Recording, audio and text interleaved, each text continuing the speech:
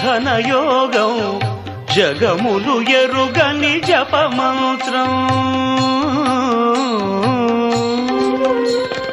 కనివిని ఎరుగని ఘనయోగం జగములు ఎరుగని జపమంత్రం